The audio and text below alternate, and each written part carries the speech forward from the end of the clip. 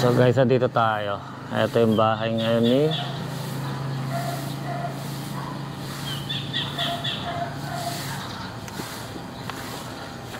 ang may-ari na ito ay si Simon Tixon, Koronel ng Hukbong Revolusyonaryo sa Bulacan. Isinilang sa San Miguel de Mayumo, Bulacan, February 5, 1861. Lumagda sa konstitusyon ng Biak Tabato, 1897. Inatasan ni General Emilio Aguinaldo na pamunuan ng pagkubkob ng puwersang Espanyol sa simbahan ng Baler. Ngayon, sakop ng lalawigan ng Aurora, 1899. Ito, luwagda sa kasunduan ng pagsuko ng mga Espanyol sa pangunguna ni Martin Cerezo noong Hunyo 2, 1899. Lumaban sa digmaang Pilipino-Amerikano, 1899. Sumuko noong February 12, 1901. Ipinatapon sa Guam, dulot ng hindi pagkilala sa pamahalaang Amerikano. So ayan, yumao. September 1902, isang taon lang yumao. November 15. Isang taon lang pagsuko niya, no? So what's up guys? Andito nga po pala kami sa bakuran ni General Tixon. Ito yung bakuran, ito yung bahay. Pinayagan tayo ng isa sa caretaker na masilip yung baba ng loob ng bahay ni General Tixon. So ito po si Madam. Pinayagan kami mag-public viewing sa baba lang kasi yung taas private na. Hindi na kami pwedeng umakyat doon. So dito yata. Dito po, Madam. May tao naman po siguro doon. Po, sige po. Salamat po. Makagat. Tayo eh. Di ba ako nakagat? Ako nakatikim na po ako ng kagat. Siya po nakagat na eh. So ito, sasamahan tayo ni Madam. Sayang nun, dami mga gano'n. Ito pa si Madam. Naman eh. Maasin niya na. Hindi, komisyon. Ang problema, mahirap yakin. Nga po. Ang taas eh. Tao yan. Nasa kalangitan. So ito, nandito tayo sa gilid ng bahay ni General Tixon. Ayan. So dito tayo sa loob. So, dito tayo sa likod dadaan.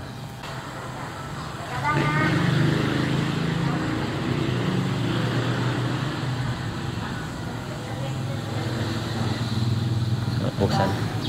Marami pong paniki. So, Madam, ilang taon na po kayo rito? 11 years. 11 years. Meron naman po bang ibang kakaibang ano rito? Meron, hindi mo naman may aalis yung matanda na. 1805. 1805 po itinayuto. Hindi niyo ba nabasa yun? Papa, nandun po sa ano? So, andito na tayo. Ito na. Ayun yung pinakalumang repo. Nilalagyan ng gasol sa ilalim. Okay. So yun guys, ito, pinapasok tayo. Andito yung mga lumang gamit. Ito yung west yung house. Ito yung kauna-unahang rep. Mga anong taon kaya ito? 18s. 18s. At saka ito. So talagang plain lang po talaga yung baba niya. No? So, ito yung... Di ano yan, di gasol. Para dyan ang ito. gasol po yung pinakaano niya. Hindi Yung, yan yung dito para lumamig. kasi hindi kaya tauso ang kuryente dati. Kasera. Tapos ito po, ito yung karwahe na Ng puon. phone po. So, Puon dito, si San Pedro at saka si De La Rosa. San Pedro po at sa De La Rosa. Bali yung dalawa po. Opo. So, yun. Ito yung loob ng bahay ni General Tixon. So, ayan yung pinaka gate. Yan yung main gate. Alam niyo ba kung bakit? Wow.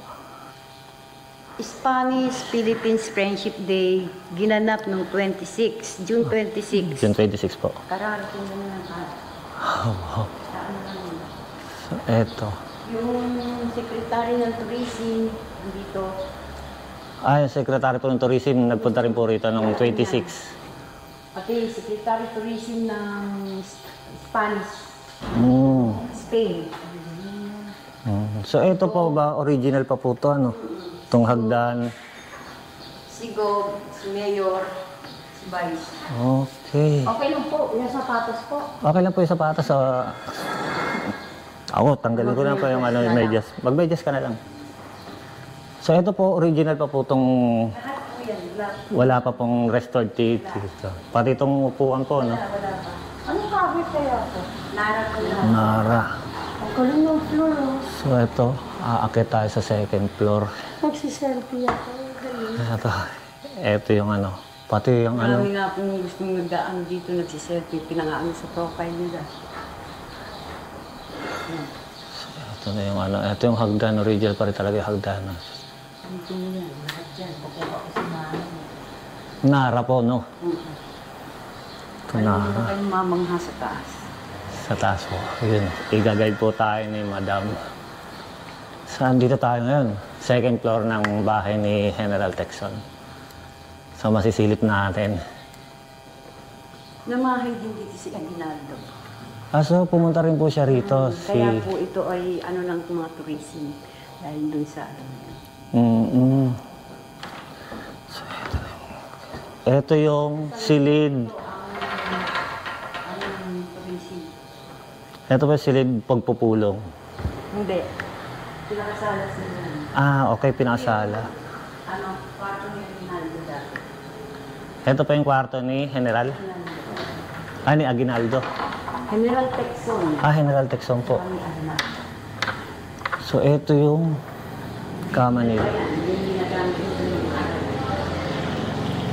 Ito pa po talaga yung ano ni General. 1805. 1805. So, makita mo talaga buong buo pa. Ito may konting ano lang.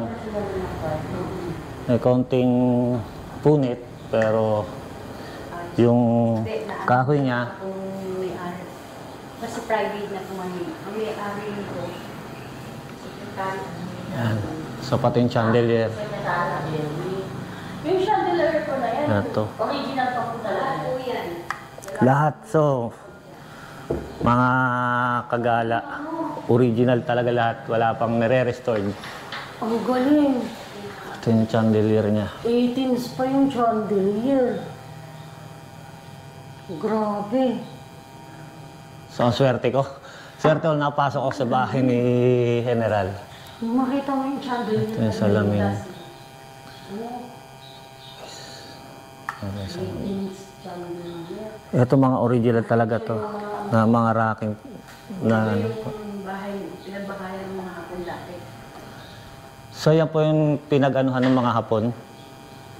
Dito sila tumulo. So, ito hindi ko na ipapakita yung mga pic. Iba-blurred. Ano na to? Itong Iba-blurred ko na lang ano. binibili sila sa kanila na 1 million. Opo kasi ang sa atin. Meron siya kasi 1 million. Pwede kong hawakan eh. Lahat dyan. Makahawak ka man lang ng 18s na ano. Grabe. Ito talaga yung 18s.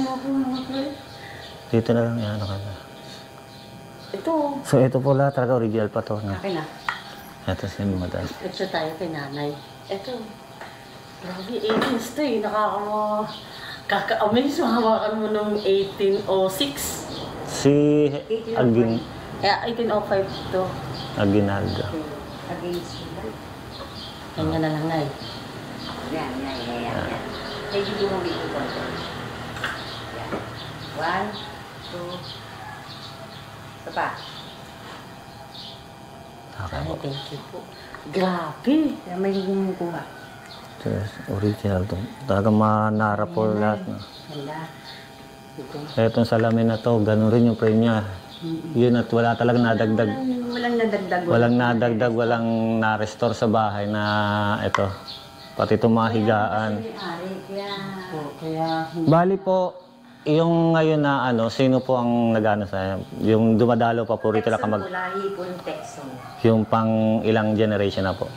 Siguro mga 5th generation. Mga pang 5th generation na po.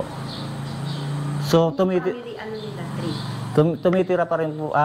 Pagka dumadalo sila rito, Mahal na araw. mahal na araw nandito pa sila. yung puon. Opo, Okay. Kasi yun kasi ang ano dito sa San Miguel eh. Yung restaurant na to, sagrado, parang sagrado lang. Ganito din sa kanila. Ito yung aparador. History. So, ayan mga ano. So, nakapasok tayo dito sa kwarto. Ito yung pinakasala. Ito yung Huwag niyong naalaman. Papa. Vlogs mo. Papa, iba-vlog siya pa. Ano tayo dyan? Nabigimanda tayo. So, etong area na to, madam, pagpasok mo diba ng... Original pa rin yan. Hindi po, ito, ano pong area to dito? Parang hallway lang nila. Parang hallway lang. Tapos yung po, veranda na. Yung parang miranda lang. So, ito makikita niyo yung pagkakaukit ng ano. Yung mga sinaunang tao. Sila po. Aguinaldo yan ah. Ito po si Aguinaldo. Ano doon si General Tecson? Wala siyang picture na ganyan doon sa ano, no? Sa mismong... Sa Cavite. Oh. Na ganyan ang itsura niya. Ayan, no? So, ito yung mga sinauna po talaga na nakatira rito. Ito po yung sila. Ayan po yung mga anak niya. Ito sila madami. Tapos yung kwarto po na yan, kwarto rin po yan. Ginawa nilang private room yan. Kasi, yung mga araw andito sila. Bali dyan po sila tumutuloy. Ayan. Yan, pati yung chandelier na yan, talagang nung unang panahon pa talaga nila ng 18 hanggang ngayon. Ang ganda nung pagkaka... Maganda yung pababa. Magpapipiti. Tapos ito yung ano, so makikita niyo yung ukit ng ano. Ito yung ano, meeting place nila. Ganda nung aparat. Ito nung araw, ito yung pinagsasabitan ni Sindero, Pope, ng lalaki ha. Ito yung meeting nila. Ito yung lamesa sa meeting. So pupunta tayo dito kasi yung ano. So ito rin. Ano yung base nila daw? Ito yung lamesang pinamumulitingan nila noon. Dito yung kwarto na yun. Opo. Dito tinatanggap yung mga ano, bisita. Diyan sila nag-meeting. Pag may meeting lang sa kanila, ginagamit tong hall na to. Etong hall na to. Ang pinto niyan, dalawa. Isa, dalawa. Para pagka yung may mga sumugod na hapon. Oh, may ano po to, may exit po. Ito, kung nakita mo dito, So ito yung ano. kasi iniito eh. Tagusan yung mga ano, pinto. Ito.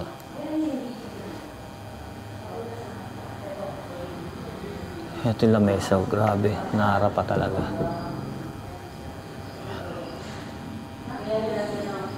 Tapos ito yung mga frame. Ito yung mga frame.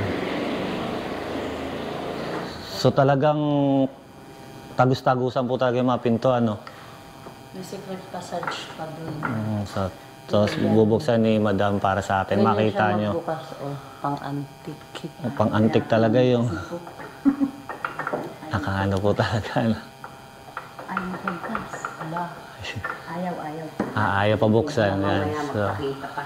ay, Hindi yung ganun nga kasi. Opo. Ito yung telephone. yun, so, ayaw, Ito, ano. tignan mo, Ganyan niya kasi. Ayaw. Ayaw mo magpas. Ayun. Dito ang dali. So, ito yung Nakakusina. pinaakusina ito yung nila. lababo. Pero ito rin po yung ano kanina, ano? Ito rin yung pinto kanina na ano. Yan, kasi itong pintuan na to, napataasan ng ano, pangutang ilog yan. So, yan pong ano. Ito lang ang, ayan na, sasabi ko sa inyo. Ito lang ang, ayan na, sasabi ko sa inyo. Ito, yan lang ang bago dyan. Kasi yung pinaka-veranda yung kusina dyan, parang may nagsuswitch ng ilaw dyan. Huwag lang po Switch ng ilaw dun. kahit ano po. Yung bumaksak sa ilog. Ito po. So, ilog po yan dyan. Sa, Yung bababaan mo dito, pagka kasi umano ang hapon noon, ang daan ilog. sa Saka ilog. ang ilog na yan, ang labas niyan sa Malacanang na. Iyang ilog na yan.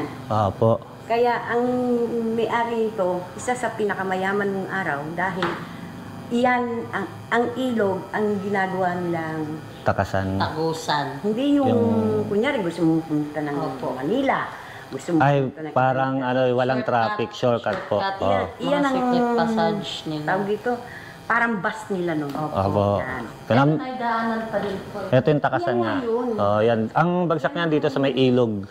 Tama po. Parang kay Pag St. ginanon. Andrew. Pag ginanon, No, doon ang bagsak na.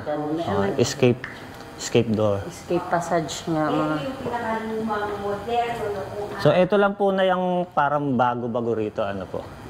alin. Eto. Oo, hindi na ano. So, pero ito lahat to. Yung luma. Iba talaga Ito yung ang pinaka-moderno noong araw na CR. yung modern So, na. ito. Noon na, araw. Yan ang pinaka-moderno. Mayaman na. Bilyonaryo na pag may ganito. Milyonaryo talaga sila. Pag ganito ang Oo, yung may ball na ganito.